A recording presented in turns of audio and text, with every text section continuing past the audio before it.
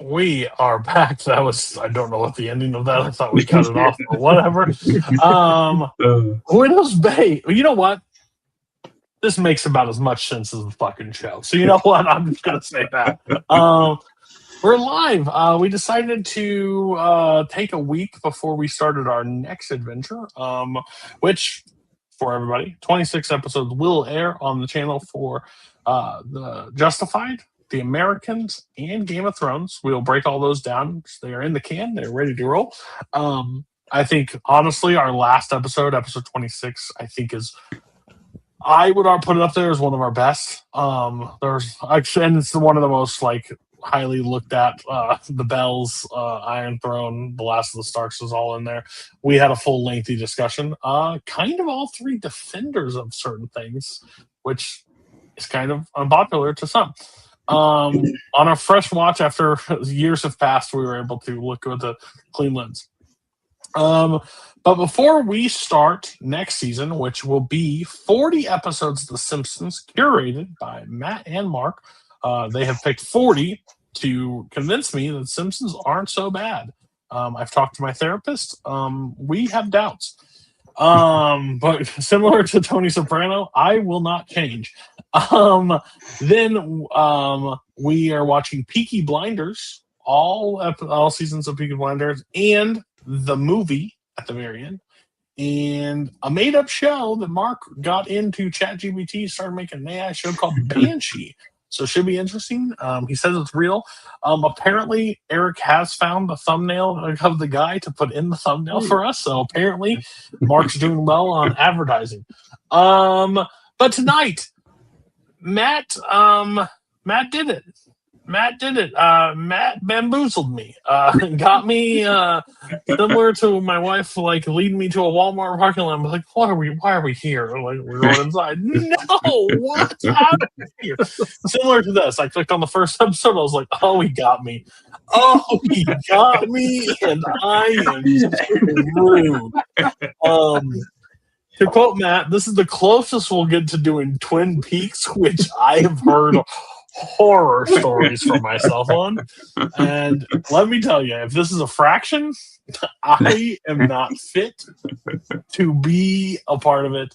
After watching an entire 6 seasons of Matthew Rhys, he's very similar in ways to Philip in this, but absolutely shows a different range. So it was pretty interesting to overall see.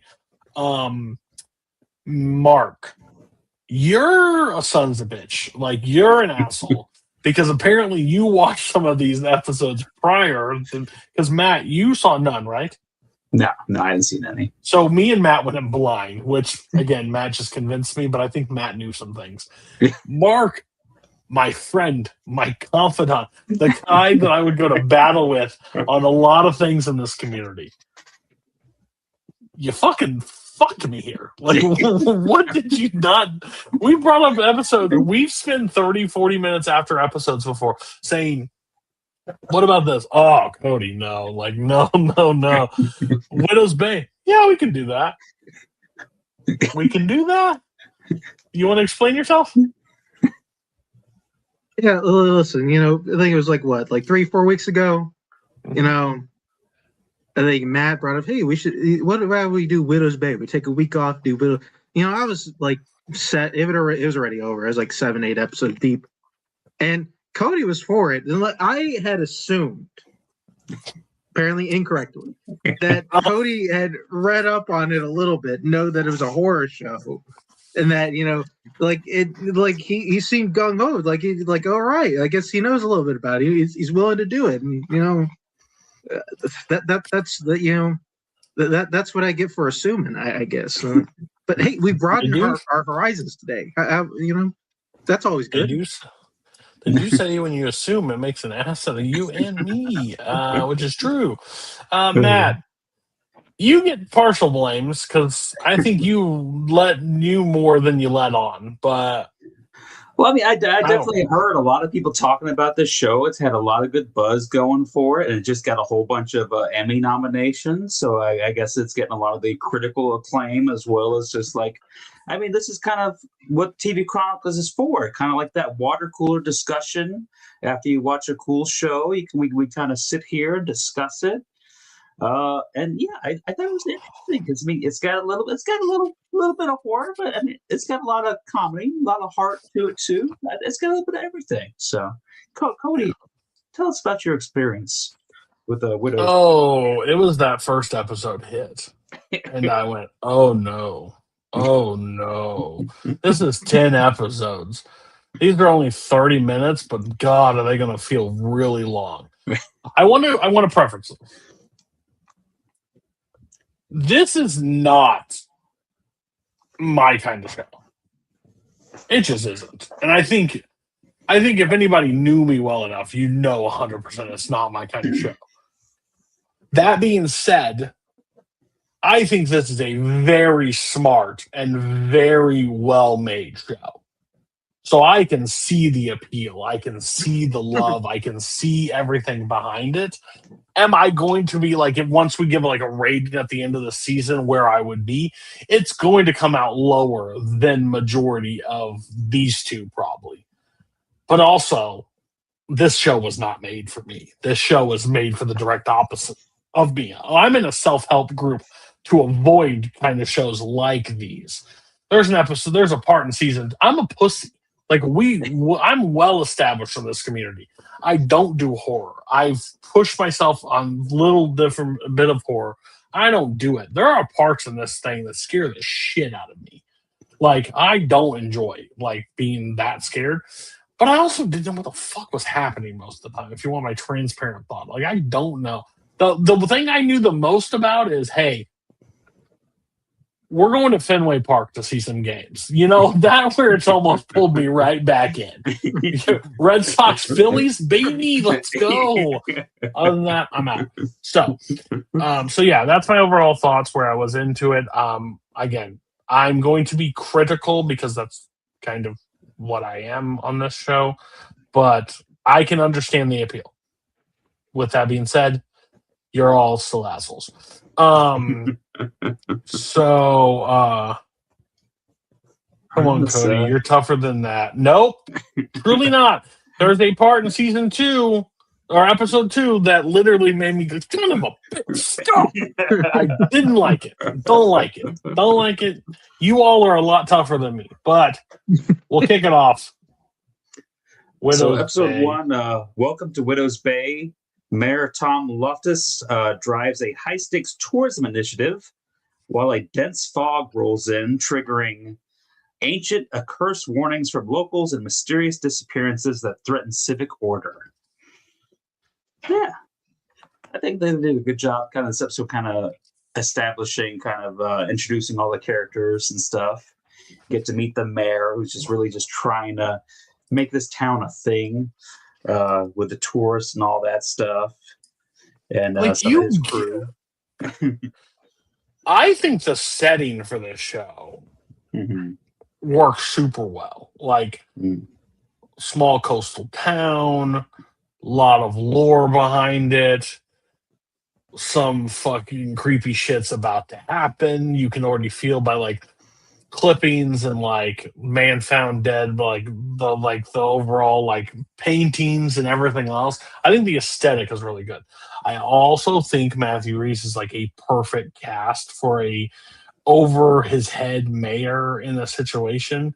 By the way, in this town, he's got like more responsibilities than I think any mayor has ever had in their lifetime. Like he's got, like I thought Raylan Givens was like the man of everything. Let me tell you, Tom is the guy that needs to be in everything. That's what happens when you're a small town. But like it was like I think it started like really. I think what was like that reporter comes and talks to him right away.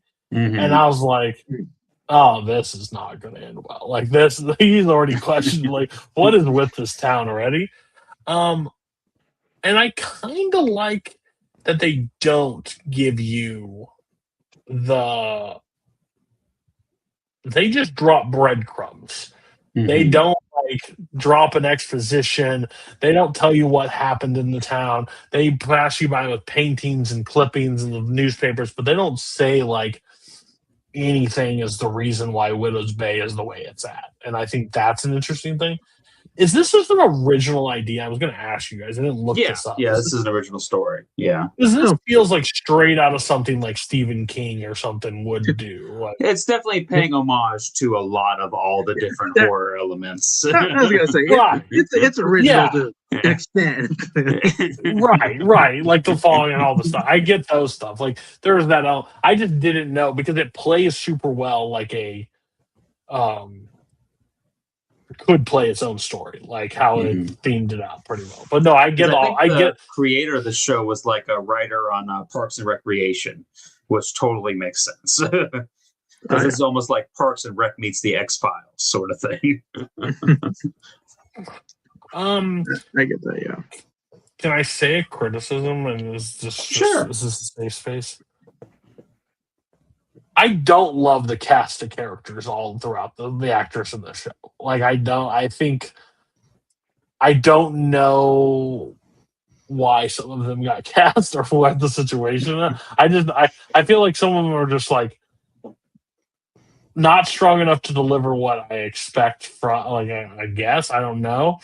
I think the three strong, I would say, is our fearless judge from Justified, Tom, and then the girl, what's her name? Patricia. I think those three are the strongest. Everybody else, I'm just like cookie cutter character son, 1 and 2. I will agree with you. Oh god, the kid acting's horrible in the show. Like, let's just call a spade a spade. Like Aaron's this perfect brother. There are some problems throughout this acting process. I know casting must be hard, but brother, can we find somebody that can say a line without like making me like feel like that's way later, but he does something around a car that I'm just like, if the kids were like about to lose it just watching him, and like it's in the episode. One of the things I loved about how this first episode is that they immediately set up that, hey, cell phones just don't work on this island. That kind of sucks for you. Because it's hard to have like a horror movie, a horror show in like the time of cell phones, unless you kind of like work out a way where, hey, cell phones don't work. And it felt like as the episode was ending or the wrapping up, it just kept like increasing like the tension around the situation. Like it was setting you up for like something's just not fucking right, like at all in this town. Like, so I thought that was a really interesting point. Yeah, because they did like a real slow kind of like reveal of stuff. Because like at first you're like, well, are these townspeople just like crazy? And they're just making up all these weird things about like people born in the island can't leave the island and stuff like that. And there's a fog. It's a haunt coming this way and stuff like that. But then as we get to seeing more and more stuff, like in this episode, like when he goes to the hospital to see this guy who's like practically like a zombie sort of thing going on, I was like, hey, there might be some truth to all this craziness going on. Like, you look really old for 38. How that happened? Your wife must really be a bitch. I don't get it. Then they just have like really inept hospital workers.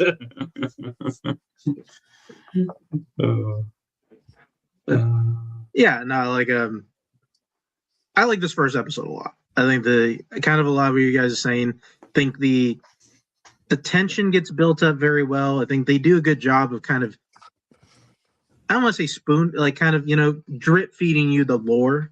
I think that was kind of where drip feeding you the lore and then kind of having fun with some like horror, some like homage to like older horror. I think that was where the show was very comfortable and very much in the zone, which is a lot of the first like 4 or 5-ish episodes, because I haven't a little trouble remembering what 5 was, but yeah, like I mean, and then kind of I just want to double down where you're saying, like, just we watched Matthew Reese for 6 seasons on the Americans, playing a guy who just, in over his head, disheveled, whatever. And then, we go into this where he's the mayor. They got no money. The town's falling apart. He's in over his head, disheveled, asshole for his son. Like, just the guy like has a role that he is born to play, and just kind of like a guy like who just has like no clue what to do, how to get from A to B at any time during the day. Like that's just kind of what he's meant to do. Oh, definitely. And even though he's hitting those same beats, he's putting like a completely different spin on it too. He's more goofball in this one, which I thought wouldn't work. I think the further we go along, it weirdly does. Like I think he manages to kind of pull it off throughout the show. Oh yeah. I think we could probably move on to the next episode here. Episode 2, Lodging. The mayor stays alone in a notoriously haunted local inn to debunk supernatural rumors for tourists. If he stayed by himself, then why the fuck did I have to be a part of it? He needed a witness. Put the stop. Cut away. That fucking clown came running at the screen, and I said I did not sign up for clowns. What are we talking about? I mean, I'd say, one, we're definitely getting the horror vibe a little bit, and much like I don't remember his name in the show, but much like Philip, he knew there was nobody else in that hotel. He should have known something was up whenever he saw that guy show up. He didn't question that one iota. I don't know what was going through his head at that time.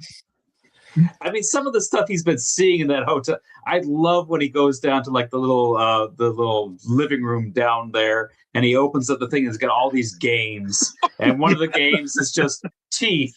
And you open it up, and it's just a pair of pliers with no instructions or anything like that.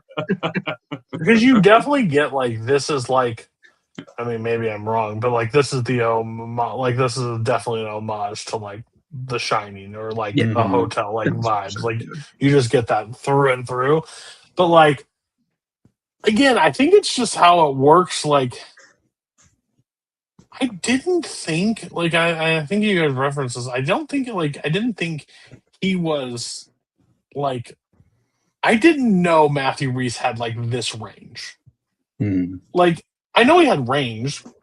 In The Americans, I think he's very good at what the character he has to play. But, like, he's borderline on the thing of, like, he's playing two characters at one time. Like he's playing a straight man and a slapstick comic at the same time. Like his facial reactions are insane. By the way, his accent, if you've ever heard him talk, is thick as shit.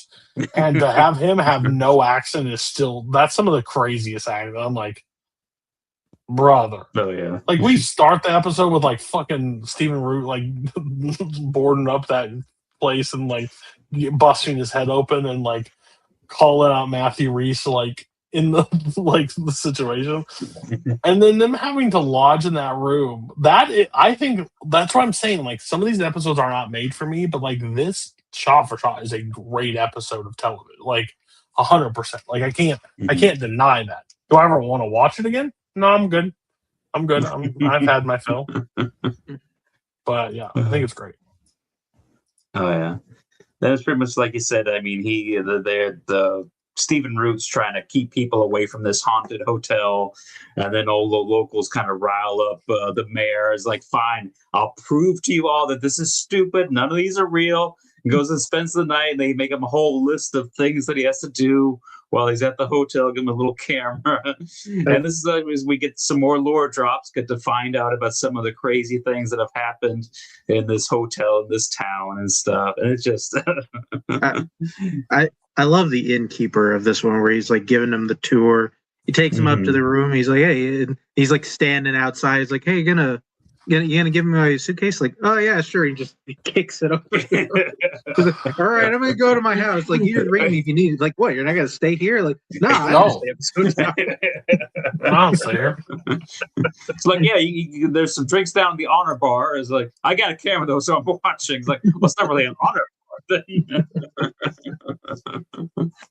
bar.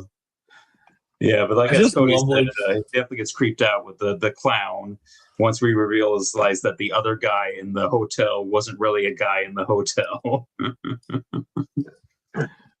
Yeah, that fucking scene. And I knew it was coming. I knew it was fucking coming. Dark fucking crawl space, sitting down there, staring, and then that fucking on all fours just coming right at him. Oh, no, sir. Like you see, they shoot it so well, and it pisses me off because like he like stands by like the entryway, and like Matthew Rhys is like looking at him, and like he kneels down and like, no, stop, and then like, no, like, no, thank you. Oh god. And then finds out like he was like, Owen was here, like check the cameras. He's just sitting there having a conversation by himself. And I'm like, if you're not scared, like he's like, I'll tell you the room's fine. I'll go in there for 10 seconds. I was like, what? Didn't feel so bad. Go in there for 30 seconds. Like, no, I'd rather not. Like, yeah, and then he does go in there and is like, you see him like freaking the fuck out for only being in that room for like 10 seconds, and he seems like he's been in there for days and stuff. And it's like, well, it's not so bad, let's do 30 seconds. And there's like, no. And then the sheriff finds some black mold in the room, so they're gonna write it off as like, oh yeah, you just got infected with some black mold spores, everything's fine. Let's get that taken care of.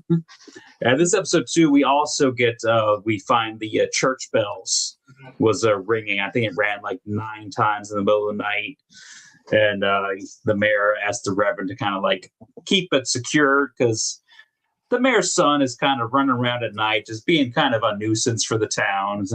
But then the Reverend goes and sees that the bell was chained up, so there's no way anyone could have rung that bell. That was a really cool reveal. It was like a, oh yeah, that because we got it. Meant to say that because I think that's the only Umbridge I have, even though the way his character is, you got a couple of the King of the Hill alums in here. Stephen Root, the big one, but also got Toby Huss, like is the priest. Like good. And that was a fun little addition. Yeah. Oh yeah. And then, so we're figuring out there's some more stuff going on in this town. But yeah, this is a nice. We talk about episode 1 with the electric chair too at the end of the episode. Yeah. The end of the episode, we go down to like a underground. I don't think it's like we don't go like through a basement. We just like cut through the ground or something. And there's like a chair with straps. I thought it was an electric chair too, but as we'll see later on, maybe not. Oh, right. But yeah, it's definitely it looks like an electric chair. Yeah, for sure. Yeah.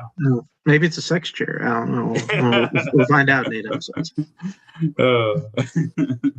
Technical foul. Take a lap. You're done. But yeah, all right. I mean, it's a solid, nice little, kind of almost a standalone episode. But yeah. We're trending. Okay. All right, episode 3, the inaugural swim. It's time for the annual beach opening. Lay out a towel as the mayor tests the waters. Unrelated, do not pick up hitchhikers. Yeah. I mean, this I don't know. This is like a thing that happens, and anybody here like come from the Northeast or whatever's to open up the beaches Northeast, just like, hey, we're gonna have the mayor just swim out to a buoy, and that would be the start of summer. It sounds like a worse version of Groundhog Day, if I'm being completely honest. Like, I don't know what we're doing out here. I guess maybe the mayor will die in the like the mayor of New York like jumped in the pool in his suit to like open up like the pools for the summertime or something like that. So That wouldn't surprise me. That sounds worse. That sounds like the mayor's doing less. And then he's complaining to everybody about his walk-up song. He's like, I can't be awkward. I'm walking up to the beach about to do this morning. And it did end up being awkward. Also, thank goodness Matthew Reese is driving and we have another thing running at his vehicle this time. Like, we're just going to keep that fucking trend going. Yeah, this is where we get introduced to the story of the old sea hag who haunts the island. Apparently, we found her. Scratched by her. She's gonna be coming for you. He made a miscut. Well, we'll get there. He also found another woman who said she was at a bachelorette party, I guess. Which, yeah. I mean, listen, I know we're supposed to believe that article, is doing a lot for them. It's going to bring a lot. I don't who's having their bachelorette party at just some secluded coastal town they've never heard of before. Yeah, why not? I'm like, hey, it's probably cheaper than the other coastal towns. So, I mean, listen, the plan is to go get drunk. We can just go to a field. All right, we have a grand old time out there. It worked for all of us in college. I love too. After he's attacked by the old sea hag, he calls the sheriff, who is once again one of our favorite actors from The Leftovers, and tells him about I need you to set a perimeter around the island. And he's like, "There's already a perimeter around the island. It's the ocean." We're holding it down. I mean, easy. What you like? Oh, okay, look for a crazy old lady. Yeah. Got it. Oh, she's fast. Double got it. I'll be on the lookout for that. Oh god! Then he goes to see Stephen Root. And Stephen Root tells him the story of the old sea hag, and he asks him, "Well, how do you die?" It's like, "Well, she crawls into your bed and sits on your face." He's like, "All right, you're not gonna take this seriously. I'm just gonna get it. You're just gonna fuck with me. I don't know what I'm doing over here." Being honest with you, man, that's what happens. Oh god. We do meet his son and those kids. They're horrible acting today. Yeah. His son's just horrible altogether. I mean, I get him being upset. His dad won't let him leave the island, but I mean, you got to be a complete dick the whole time. I don't know. Just seems on unnecessary. An island where his cell phone doesn't work. I mean, that kind of sucks. But get you a PS5. You just gotta stay home with the Wi-Fi, and it'll be all right. Yeah.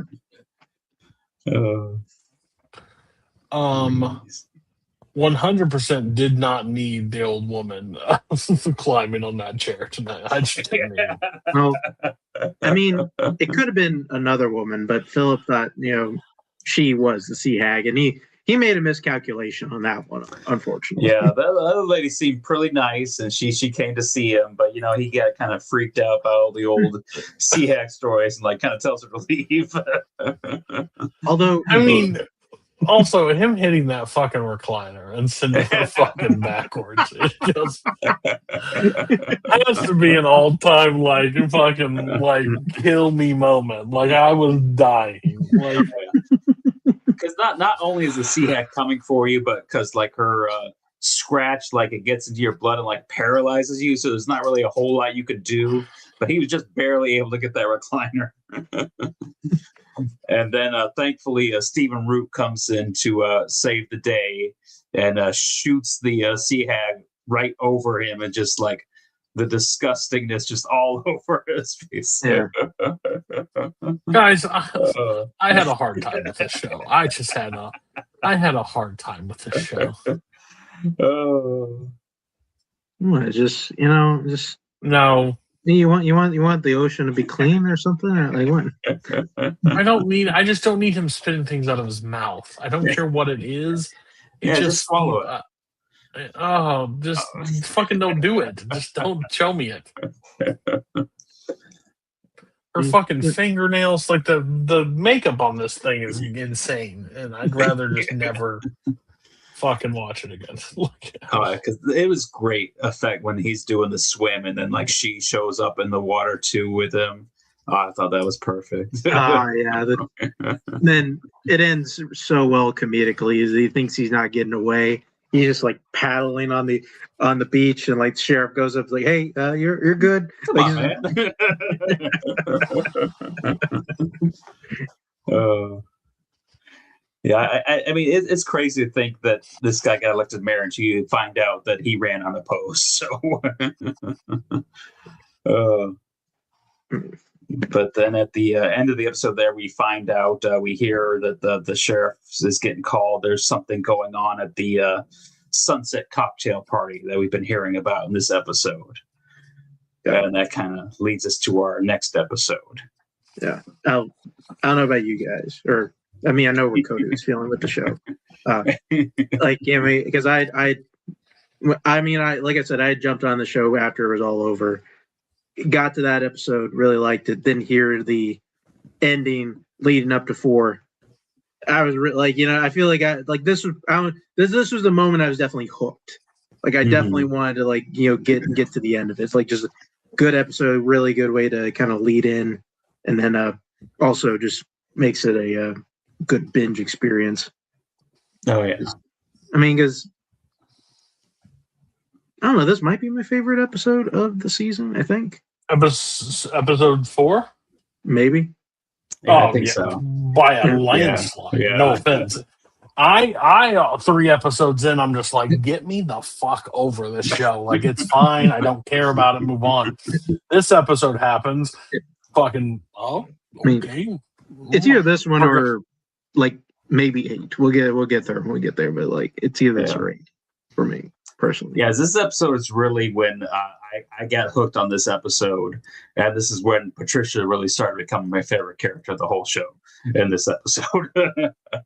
I just like how they set the twist is seen from a mile away. Like, this is not like something you have to be like super like vigilant.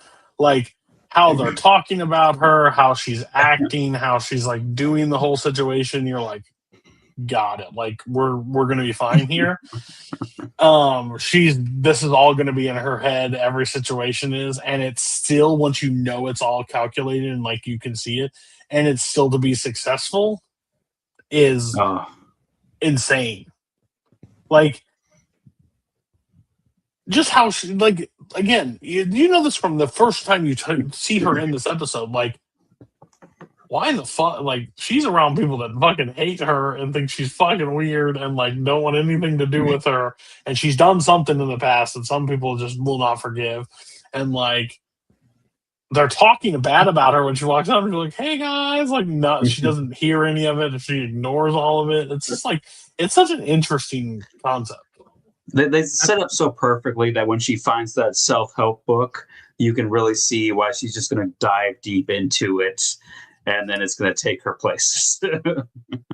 I mean, another thing that I really like how they deal with Patricia's character is because you talk about how everybody in this town doesn't really believe it happened to her just because like she was supposedly almost a victim of a serial killer in town called the Boogeyman, and everybody thinks she lied about almost being attacked by the Boogeyman. And the show is not shy about going back into the past and like seeing things. And we don't mean this, I guess, spoiler for future episodes. Like, we don't get any of that with her. We don't see her as a kid being scared under the bed, getting the phone calls, and none of that. We're just kind of forced to take her at her word on this one. And it does kind of put you in a position where it's like, I don't know, does this really happen or not? Even though you really want to feel bad for her, because like just imagine like you told everybody, yeah, the serial killer like almost killed me, and nobody gives a fuck about it. Like nobody cares about that. Everybody thinks you're a piece of shit. Basically, yeah. It's just like, but like she's sending out these invites and like, tell me how many people has RSVP to the thing, and like you could have just told me nobody. Like, he says all this thing, she's making this pun, she's doing like all these things. Her friends or the people she was at a party with come in and they don't even like talk to her or ignore her like about the whole situation. It's just until everyone drinks the punch, then it's a party all of a sudden. Which again, that's our intro, but like the rhythm of the night is just like banger. a banger, like an absolute fire song.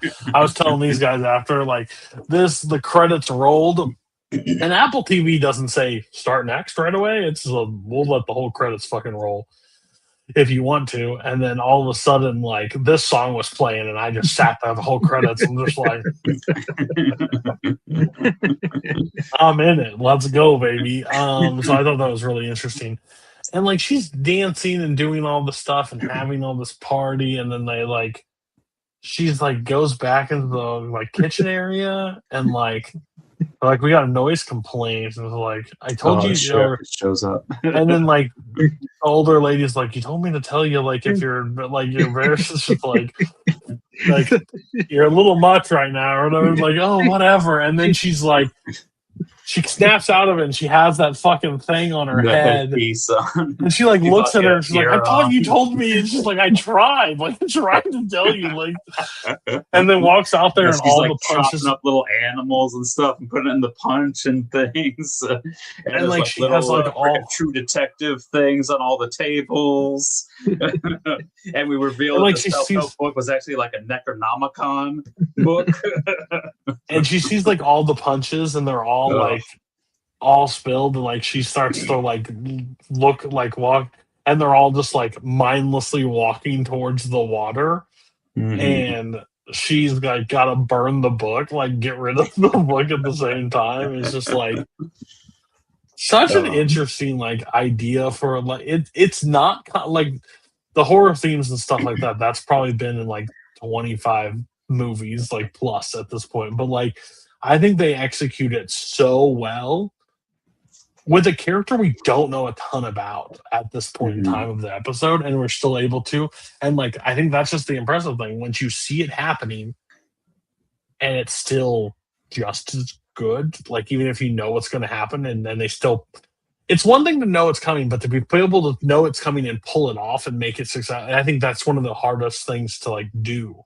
Like for sure, rom-coms where you know the lovers get together or whatever in the situation, but if they do it well and you see it happening, but they pull it, it's one of the biggest feats ever, because like of course they got together, but how they got together just worked. So this is one of those episodes that I was just like, son of a bitch. Like I know I've done enough TV Chronicles of this port. The other 6 episodes will not be anything near this, and I'm just gonna have to just like, well, we had episode 4, didn't we? We dealt it together. It also has like a really good like lore building end, because it ends with them like going over the church and finding that the priest, that guy, like hung himself. I'm like, oh shit. Oh yeah, that's how you hang somebody on a door. I mean, don't go by the doorknob. I mean, he got strength. We don't gotta do it. Some things change and some things stay the same. Let me tell you. Oh god! But yeah, I mean, he just deserved more. So it's good. It pulls off the reveal as good as almost any show doing a reveal on something. It's definitely one of the best I can remember seeing. Yeah. Really a great episode. Yeah, if anything, everybody should watch episode 4. I think it's literally one of the best episodes of television, like standalone. I think you can watch that thing standalone and not like lose anything of it. Not saying you shouldn't watch the whole show, but like that's a perfect like standalone horror episode that plays super well. Yeah, so it's just got the right balance of horror and humor. That should win her the Emmy if she's up for it. Like that alone should win her the Emmy.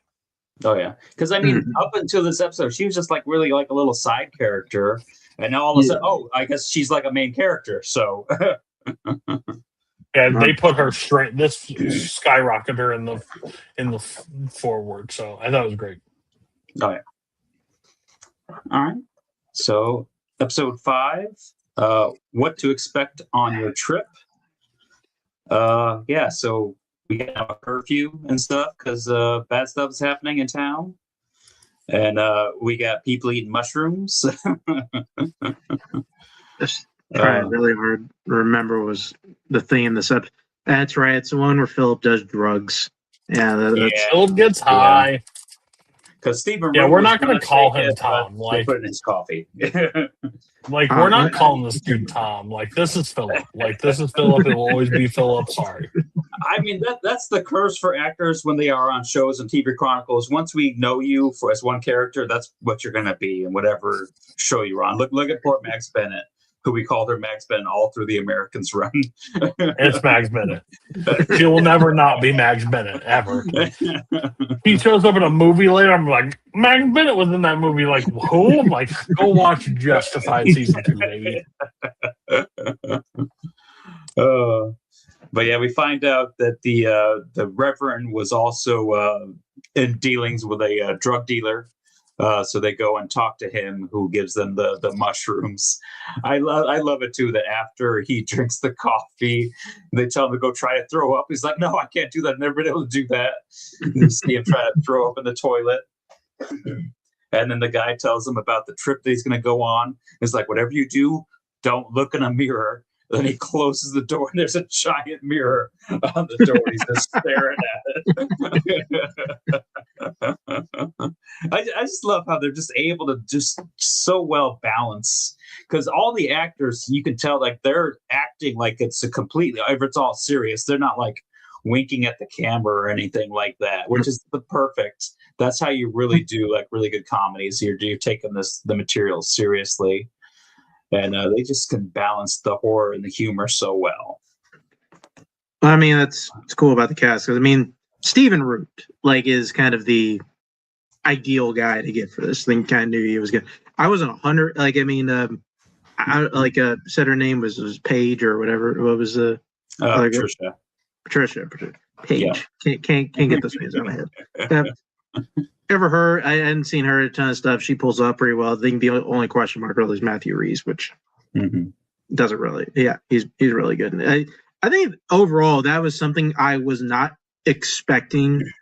That kind of got me in the feel by the second, third episode. I wasn't really expecting how comedic the show was going to be, and I'd say it definitely threw me off the first viewing.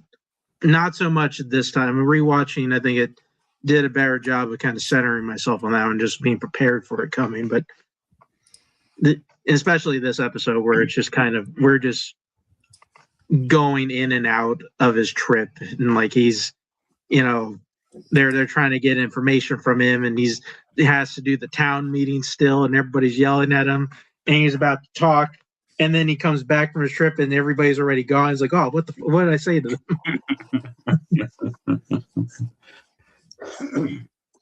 Yeah, that all that stuff of him like losing time, and just like it cuts to him in like a new situation. It's beautiful. And then they find some stuff about the first mayor. And there's a necklace. They go to like the historical building, and they're getting some more information. And I love that, because by that point they have Tom on like a leash, one of those extender leashes, and he just runs out of the building and yanks her with him. Did you guys talk about?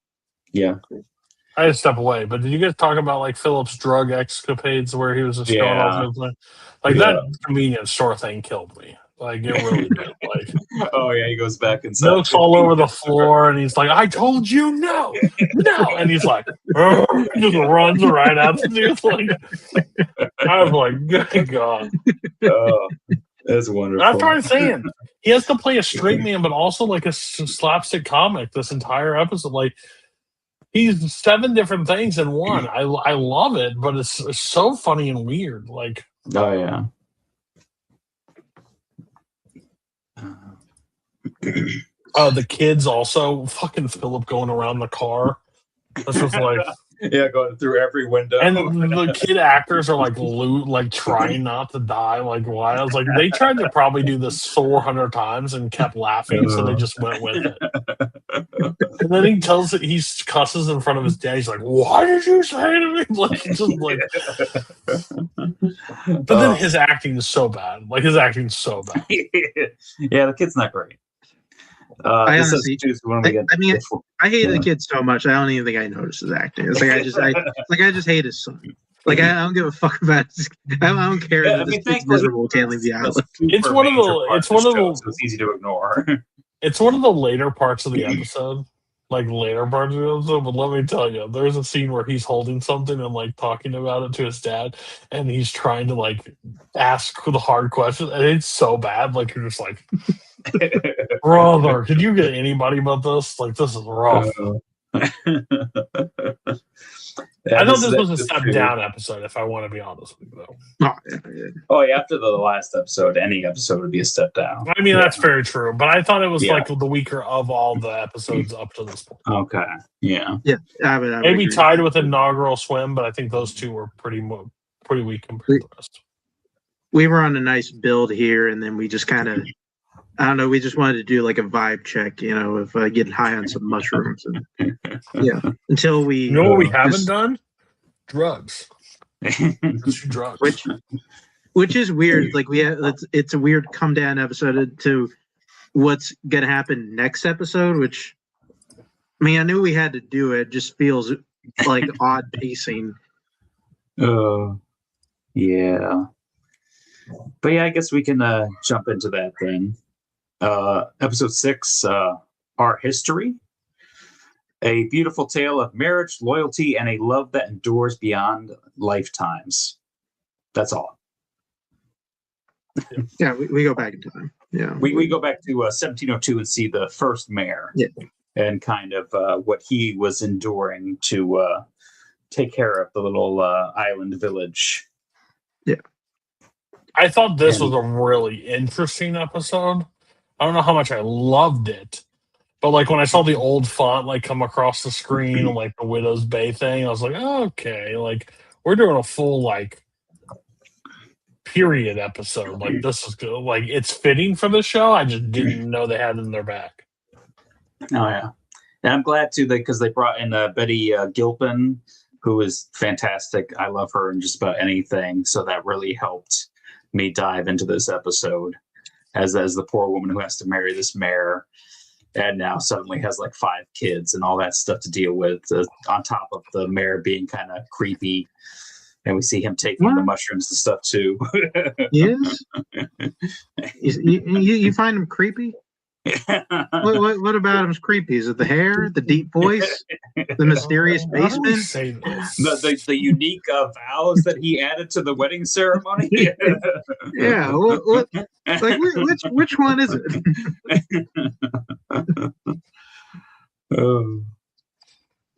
And let's see, there's some sort of plague going through the town too, which is why the mayor is trying to work and do some things to try to save the people of the town. Which she gets kind of freaked out. She goes and talks to like the reverend and stuff, and they're like, "Oh yeah, we kind of notice he's kind of creepy too. We'll help you out." Yeah, because we got fucking eyes. Like, I know this is the fucking 1700s, but like, listen, we see some shit out of whack. We're on. I think that's like when somebody comes into the house in the middle of the night to try to like stab the guy, and they do like stab him a bunch of times, but he was like able to survive that and like fight back. I think that's good. Oh, go ahead. You keep going. I was gonna say that's when we find more to the stuff. We find that there is an actual cave under the house, and we get to see that chair again.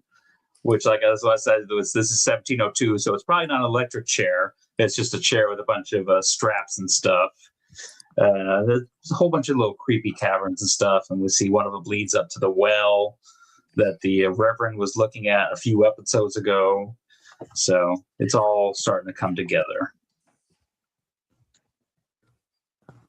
Yeah, this is the weirder episode for me because when you take like everything out of Widow's Bay and like I've grown accustomed to what you've showed me and now you're switching it up on me. It's just like a little it's hard to like for me to fully gravitate back into. I like it, but like also I'm like, why can't we just stay where we were. Like, I get it. You could have told me this like in a flashback or something.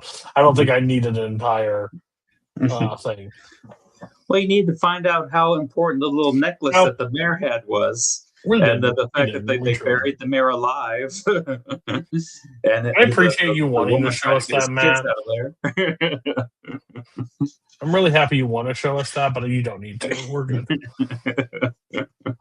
Yeah, I mean, like, I think I'm kind of in that same place. Like, I just, especially rewatching the show, which I'm a little surprised is kind of where I end up on, is that the show is most at home when it's kind of like an anthology-esque show, and we're just kind of getting these little bite-sized horror stories just kind of in the middle here, and weird stuff's happening kind of, in a vacuum. And we just kind of get a little bit of lore at a time. Whenever I think we go deep, whenever we deep dive on the lore in the show, I think it's kind of when things feel like they grind to a halt. And I think this is definitely the start of it for me, where it's like, okay, creepy guy, all right. Definitely doing demon stuff. All right. I mean, who would have guessed? He's made like a deal with the devil, demon, whatever. Like, I never would have saw that coming. All right.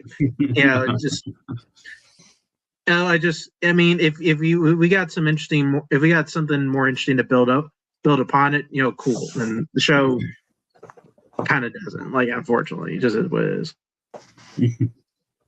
Yeah. Yeah, because at the very end of this episode, we flash back to the future again, and Stephen Root is digging up the mayor that we saw was buried alive back in the 1700s, and that kind of catches us up. Yeah, I mean, I think it's definitely a bold of them to do like a entire episode in the past, especially like in the first season of the show. Like, I could feel like they might have like another show would have done this like in the second or third season or something to like go back and explain everything a little bit. But they had such confidence in themselves that they're like, we'll just do it in the middle of the first season. Yeah, I mean, I thought that was the interesting choice. Like, this, it felt like, I don't know, 3 episodes too late. I like, this could have been episode 3. It was just weird that we had like everything already figured out, and then like, I don't know. It just seemed weird to me. Okay. They had to do it at some point. Just like you wait until it's just gonna backfire on you. I don't think you could do the next episode without having this episode. That's true. Yeah. Well, no. But did you need to do this episode? I mean, like I think Matt wanted at least one moment from this episode. Like, I mean, I gotta have him on a boat at least, you know what I'm saying? Matt's just so fucking happy from this situation. Like, no one's happier than Matt from this episode. So that brings us to episode 7, Seasickness. Set out to sea with Mayor Loftus and cherished local figure Wick. They are attending to some business. Best to simply enjoy the voyage. I love the little episode descriptions they have for this show. Yeah, so they wake up the mayor from his trip. Apparently, he's been asleep for like a day or two. They had dug up the mayor, and the guy's still alive after being buried for a couple 100 years. Yeah. Cell phones don't work, and buried people can still come out of the dead. So they have Tom come so they can have like a mayor-to-mayor discussion. And Phil's face the entire time when this dude's talking is just gross. Oh, he's freaked out this whole time. The door opens. Whatever the guy's like. I love he opens up like the little necklace thing, and there's like a little small scroll in it. And we find that this was the pact that he signed with whatever entity, demon, devil. I love he says that it was a pact signed with blood, feces, and semen. He just that's how you know slowly puts it down.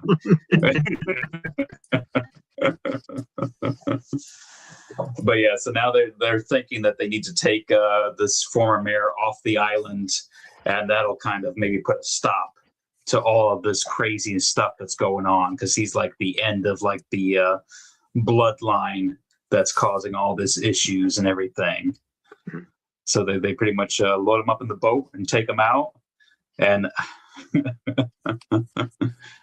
oh god, I because first they put him in a casket to like smuggle him out of town. Then you see like the mayor talking to him. Then he goes to talk to Steve Rue. He's like, he says he wants to get out of the casket. He's like, no, he's going to stay in the casket the whole time. Like, I already let him out of the casket. Why would you even talk to me? I like before that where he's like talking like, hey, I'm sorry, we got to leave you in the casket. Like, oh, fuck you. Like, what? Fuck me? Yeah, fuck you. Oh. Oh. But yeah, so yeah, they're out there, they're talking. You see the mayor trying to eating a whole bunch of tuna and stuff. And then like one of my favorite scenes in this whole series, it's like the boat like tips and you just see the mayor slides off. And the way he slides off, if he's gonna get an Emmy for this show, and it's gonna be just for the way he slides off of this chair and falls to the ground. And apparently I saw an interview with him and he injured himself doing that. So he definitely deserves it. But yeah, if you it's probably one of my favorite gifts now. I rewound this like 4 or 5 times at least just to see him fall down. Just like the face he does when he does like the little chef's kiss. When it popped up, and I was just like, "Oh man, Jesus Christ!" Like, I was like, "Of course, Matt just fucking loves this episode." I mean, I hadn't gotten to this episode yet in the rewatch, and damn. Matt had sent the gifts. Like, I thought I missed something in that episode. Like, all right, let me see what Matt's talking about. It's like, oh, he just kind of falls over. Like, all right, man, he just Matt loves him some physical comedy. All right. But yeah, so I mean, they end up they get him to the place he needs to go. They kick off Stephen Root before they get to the point because there's something about if you go past the line, he's freaked out, and then he like disintegrates once they get him past the point. That's pretty cool. Yeah. Yeah, who would have thought he would have wanted to live after being buried alive for 300 years? Like, Stephen Root thought that. He's like, that's why you need to leave him in the coffin, because once you get to that point, he's going to reconsider.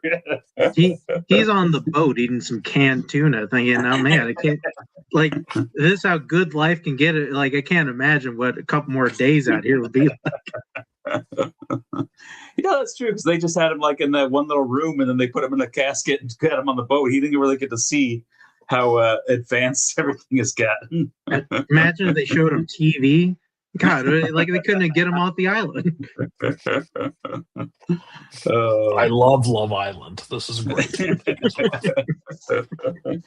Yeah, so now at this point, they think that they've broken the curse or whatever, and everything's going to be all hunky-dory as they head back to town. So, yeah.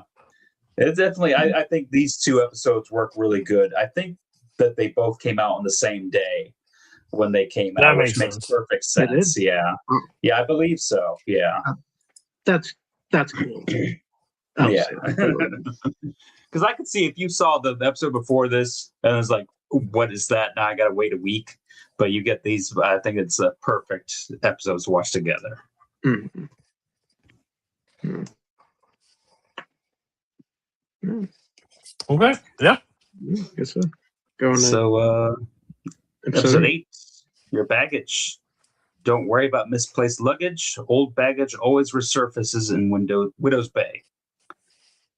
So yeah, like I said, I mean, they think it's all broken now. The curse is done. They're going to celebrate. The mayor gets Red Sox tickets for his son now that he can take him off the island as a way to celebrate. That's the worst tragedy that happens in this fucking show, that he's not able to fucking go do that. Those look like great tickets to me. So, but I think We all knew that it wasn't going to be the end of letting them go. I was like, yeah, there's 3 more episodes. You're not getting off the island so easily. We did miss in the last episode, though, that Evan was at the house with like his girlfriend or whatever, and they went exploring and found out stuff about his mom. So Evan isn't happy, and they feel like his dad was like lying to him all this time and stuff, but he was just like doing it to protect him and all that, blah blah blah blah. Well, okay. I mean, when you find out your mom didn't really die, she was alive for a little bit. And, you feel a little ways about that. I feel like it can kind of fuck you up a little bit. She wouldn't want you to remember her like that. So, but then we get to the kind of the real meat and potatoes this episode. We find that the boogeyman's mask went missing. Rick goes to the boogeyman house and it looked like someone had been there. And now we see the boogeyman is coming back for Patricia. As we get a nice extended chase sequence. And pretty much now they're doing a nice homage to like Michael Myers, Jason Voorhees sort of thing, where she's just like running away. I thought this was original. Like I've never seen a big figure walking slowly down a wall, and like every time he just seems to get closer. Like, I mean, hey, man, it was only half hour, and like this particular part is only 20 minutes, but. You know, they gave us the best Scream movie since Scream 4. You know, this little bit. Yeah, because she like runs to like the Mean Girls house, and we do find out that Patricia did lie about getting the phone calls, but she still does say that she was attacked. So she ends up stun gunning that girl, and they see the boogeyman's in the house, but he just jumps out the window to keep chasing her. She's got 2% left in the stun gun. She uses it on the girl, and like you don't blame her. You're like, yeah, because she is right. She's the fucking worst, right? She's the fucking worst. Yeah, that's the most justified. Like that's why he's such a great character. Oh yeah. And she is kind of saved there when somebody hits him with a truck, and then the poor EMT gets it after that. But the chase continues. Ends up getting to like the gas station where the sheriff happens to be. And because we missed the episode before too, where like she tells the sheriff about like all the stuff they were doing, and he was like, you know what, I'm done. I'm just gonna quit. I'm out of here. Give my 2 weeks notice. Like. Yeah, I'm done with this shit. Then after that, he just sees her running over, just pouring out the gas like this guy on fire. And then once again, like Patricia is so awesome. She lights the guy on fire. She shotguns him, and then she holds the shotgun on him through the ambulance ride. Through the morgue and all the way until he gets into put in the incinerator, just to make sure.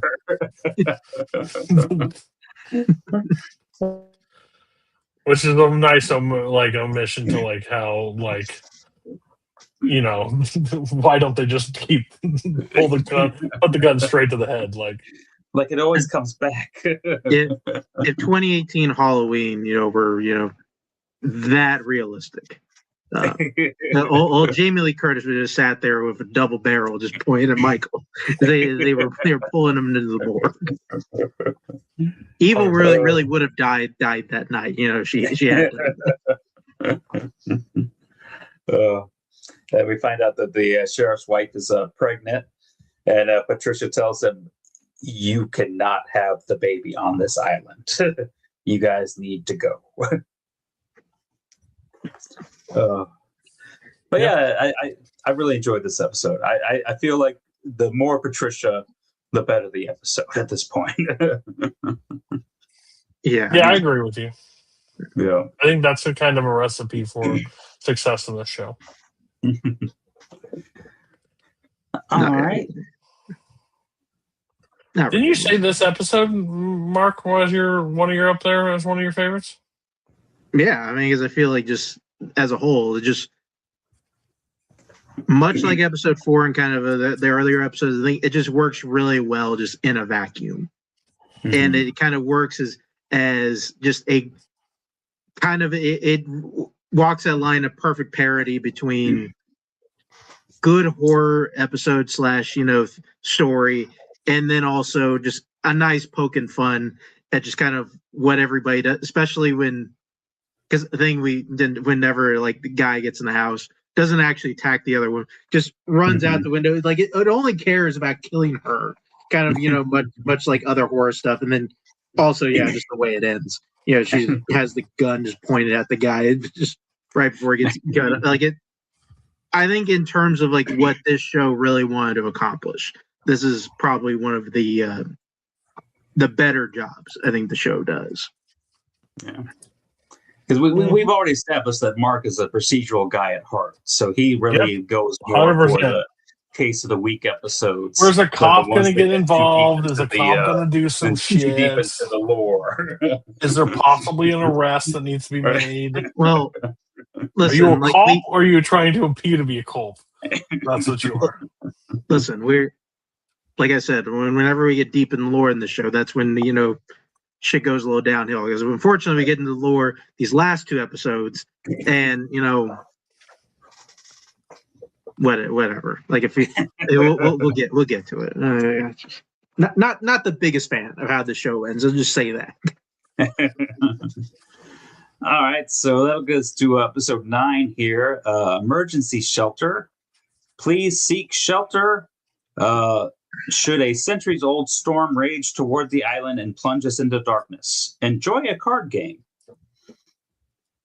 Good advice. This is like the finale part 1. Yeah. Like this show honestly shouldn't have been 10. It should have been 9 episodes, and this should have been the one long episode for the finale. This episode's fucking short too. Yeah. I think this was like one of those ones that was like 30 episodes or 30 minutes. Okay. That really. Yeah, it's like there's like always like a minute or 2 of credits, but then like the rat like this is like 33 minutes of an episode. Yeah, something like that. Because they get everybody in the shelter. Like we have like 5 or 10 minutes or whatever, them deliberating of what are we gonna do, or that's when they find out for real that maybe Warren's, there's at least a couple Warren descendants still on the island somewhere that are alive, and they don't know who. It's like, are we gonna kill them or what? And we spend time with that, and then he sees that one guy gets swept away by a tornado or something. Sheriff tries to get off the island. He has to get the part from the lighthouse guy. There's a miscommunication, so they swap places. And then it culminates to the fucking slapstick, family tree thing that feels like it takes like an hour, to get into. And it's revealed that Ruth, who is the mayor's assistant, who there's been a lot of really good elderly humor with her throughout the season. She is the last living descendant. So Patricia kind of argues against it, but the mayor's like, yo, if we got to kill her to stop all this, might be the way to go. You said that far too quickly for how it broke down that she's not the last descendant. Because for this 33 fucking minutes, we spend a lot of goddamn time breaking down the family tree. Lesbians. Stop saying lesbians. Why can't I say lesbians? You can't say that anymore? And then they say the R word at one point. The situational comedy in this show is like great. Like grade A, just like moments. Like you see Steve Rude just like, oh, God, stop talking. Oh, it's so funny. I mean, they didn't even bring it up either, but she's like 85. Couldn't they just wait out the clock, or just leave her at the house? Maybe the situation would take care of itself. Well, when we find out in the next episode, she's in really good shape. Apparently. even though she goes home like after 2 hours of work for a nap every day. Which, I mean, goals. So to be fair, she knows what she's doing. Yeah. I mean, this is solid. Like Mark said, this really should have been like these 2 episodes should have been 1 episode. But yeah. I mean, hopefully they did with that last episode you said, and they just, or with 6 and 7, they just showed these on the same day. And we just knocked these 2 out in the same. It's the same shit, the same thing. Yeah. Like, I'm not even sure there's that much more to talk about this particular episode. Just doesn't really feel like a ton. I mean, we pretty much covered it all. Like, it's kind of cool. I mean, there's kind of like the whole, do we sound the siren? Because if we sound the siren, the tourism is going to be dead in this town. It was all everyone's going to remember is like on our vacation, we got put in a storm shelter and all that stuff. But ultimately, hey, they got to do it. Which is silly is like, didn't like a city employee just a couple days ago like drug everybody and have them like walking out into the ocean? Like, aren't people going to remember that too? I'm sure that I don't think they remembered that too well. I think that was people woke up the next day and like, wow, I drank too much last night. Had a really good time at that party. All right, so I think we can move on to the season finale then. Episode 10, we hope you enjoyed your time. Yeah. We understand that hard choices had to be made and we may never be the same, but we hope you'll visit again.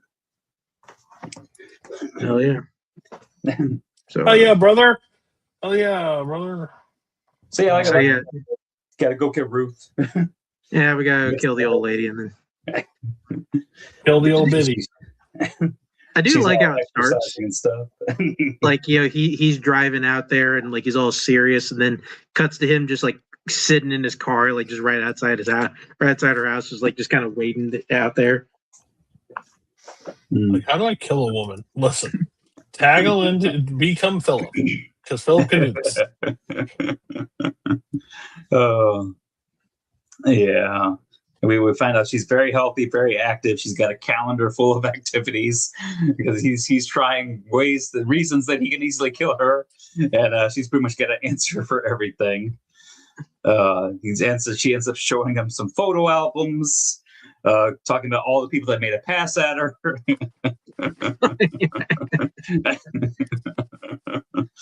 And meanwhile, while this is going on, we have one of the other people from the mayor's office comes across some videos in the shelter that he starts playing, and we got a creepy dude talking about sacrifices and stuff.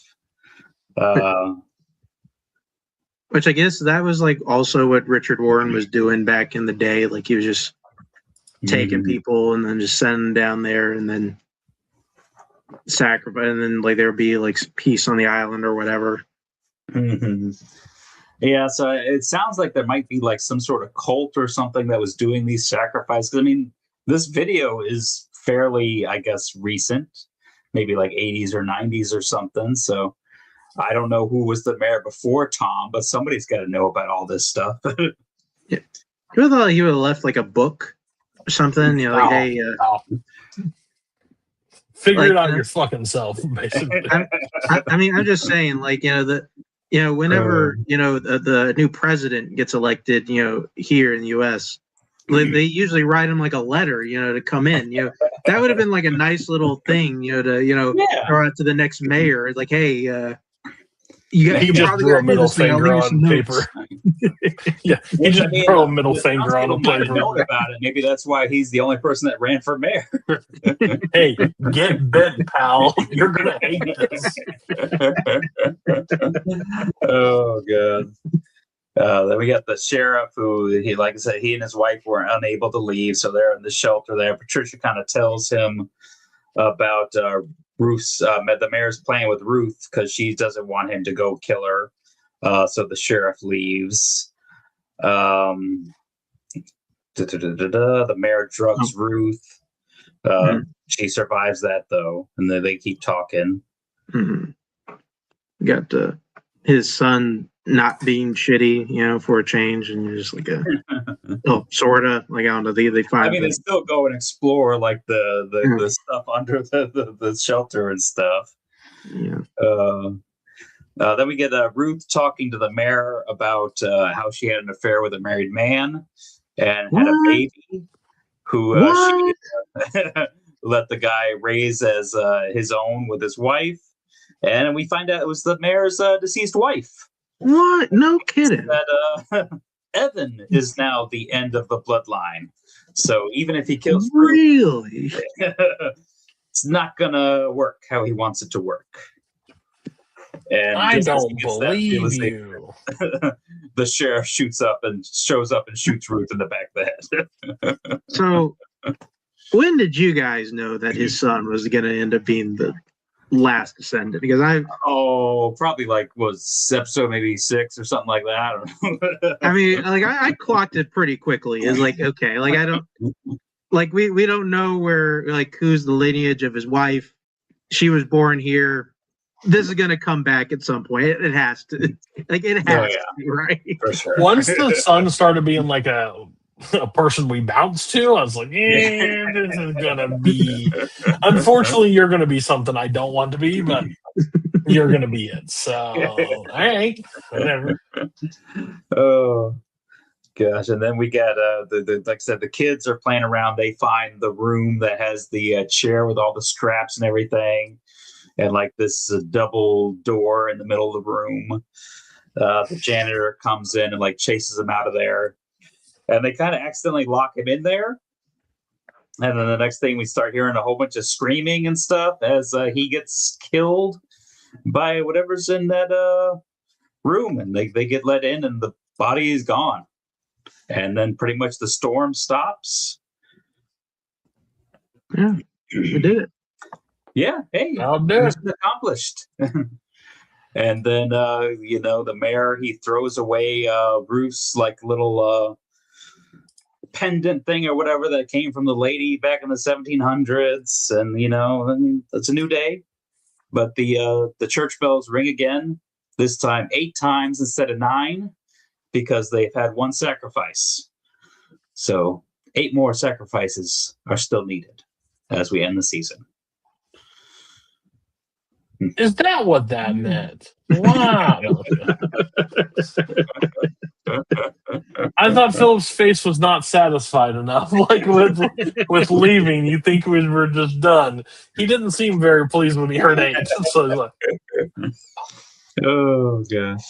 Yeah, so it's definitely I think they did a good job of giving us a closure on certain things, but then just kind of opening up more questions and stuff. Right. What you want from season finale? I'm interested to see where it goes from here on season 2. I know it got already picked up. To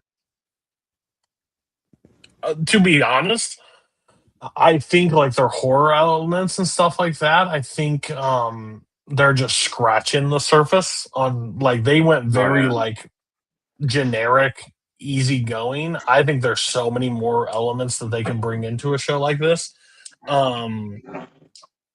Yeah, I'm kind of intrigued. I'm as intrigued as I fucking can be. Let's be real with you. I don't want to watch this show again, but I'm going to watch season 2 because we already did this once. But I do think after watch season 1, you'd probably pick up on a whole lot of clues and stuff. I don't care about that. No, we're good. We're good. I think also we just need to be where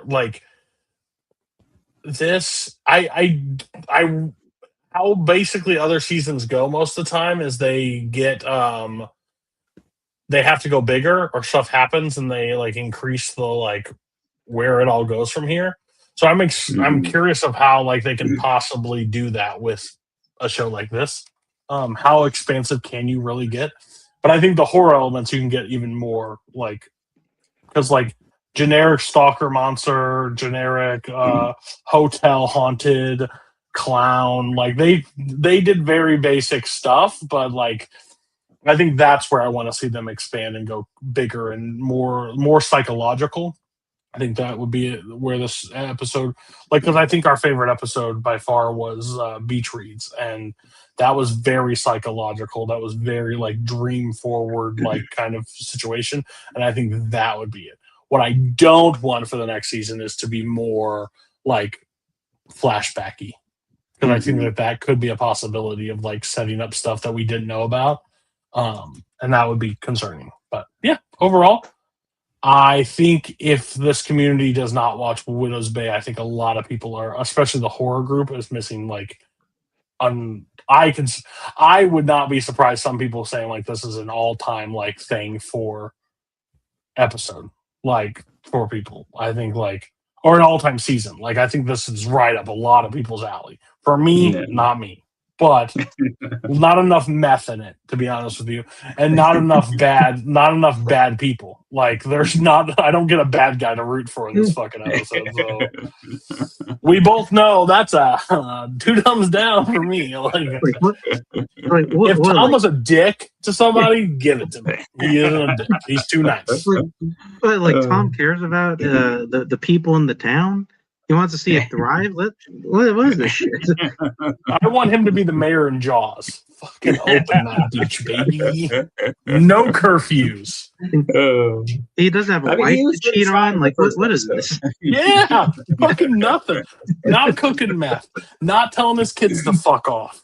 There's that scene, by the way. That scene where he's holding that box of envelope. His dad, his son, and he's trying to have this heart-to-heart moment. Tell me. Why did I find this in the basement? Blah, blah. It is one of the arguably worst acted scenes in the history. If you think Matthew Rhys is either a good actor, bad actor, whatever you want to call it, he is fucking Marlon Brando in this scene because he has got to carry every emotional element. For 2 in that scene. You're you want us to care about this? Fuck off, because good God. Matthew Rhys is he should literally look at him this guy, this fucking kid, you want me to act along with this kid? No thanks. So it's fucking wild. It's wild. Wild. Okay. Any other thoughts before we get kill counts and rate the season? Solid start. We'll see where it goes from here. Hopefully they have a plan and they have an ending in mind. Not like some island shows that kind of just wing it.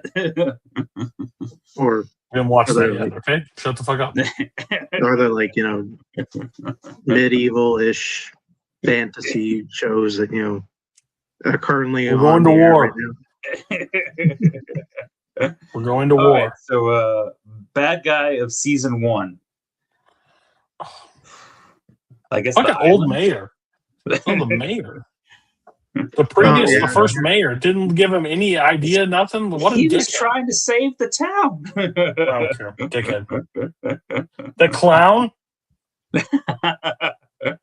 I know we have a normal tradition that normally has to be in more episodes. Dickhead.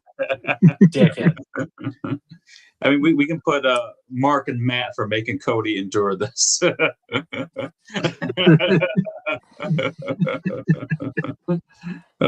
Apple TV. Dickheads. I thought you knew what show this was. You seem really on board. You're such a fucking liar. That is one of the dumbest things you've ever said. Cody, I thought you looked up a TV show. This is TV Chronicles, aka Matt and Mark Show Cody Television. That's what we've been known for. So, get the fuck out of here. Oh. All right. Kill count? You got any kills? Yeah, we had 12 kills this season, believe it or not. Nice. Yeah. Only one sacrifice, though. So only one count. Still got to go.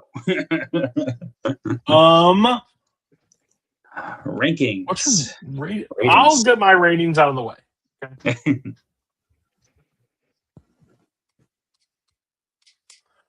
I'm going to give the show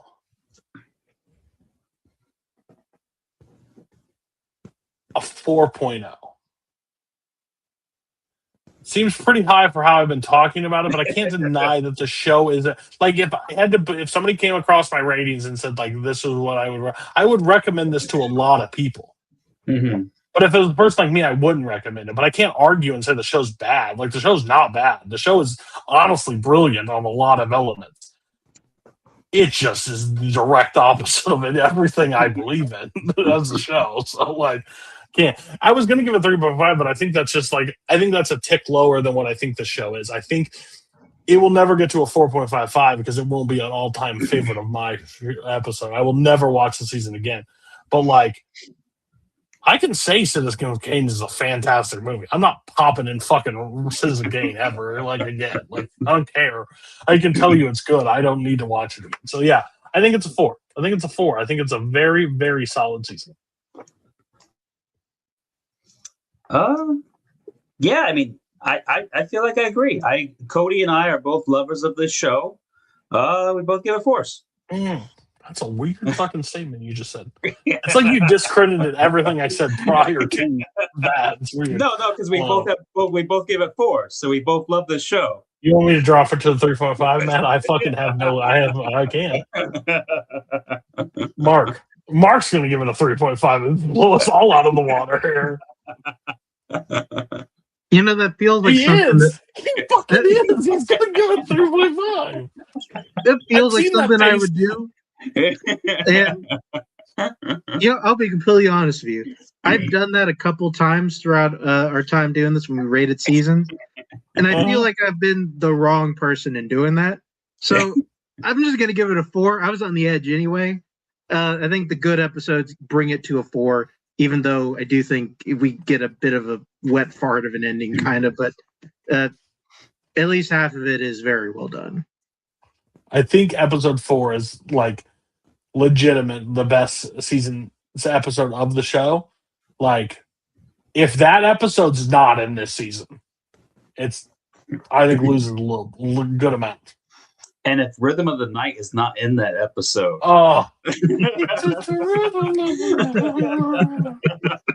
join our Patreon for a nice $25. You'll see a dance montage of me, Mark, and Matt dancing to Rhythm of the Night.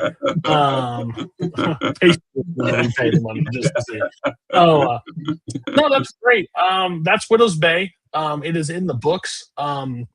We are still going through Game of Thrones, Justified, and The Americans, so check those out. Please watch them. You can skip around. We have the banners that pop up on the screen. You'll know exactly where we are, so you don't have to watch all the shows to watch the episodes. You can pick around. So if you want to watch Game of Thrones and just hear about our Game of Thrones discussion, go watch it. If you want to, if you're a fucking Justified person, well, where the fuck have you been? Because let me tell you, you ain't been showing up at all. And then like The Americans, I think. Yeah.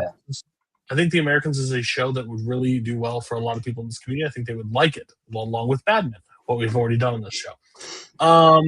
We will be doing 40 episodes of The Simpsons, curated by Matt. We also have a special thing at the very last episode. The 3v3 best of the best squaring off against each other. We'll see how that goes. They all like the episodes. It really doesn't fucking matter. But I'm going to pick a winner. That's what I do. And then we're doing Banshee. If you can find it, Mark, please make that streaming available. And then, you're a fucking liar. Anyways, we're jumping into the world of Cinemax. Boobs. And that Cody's getting new education. Boobs. A lot of them probably. And then we're doing Peaky Blinders, which I'm really excited about. He's going to show really the hats. Yeah, I think no, probably not. I'm married,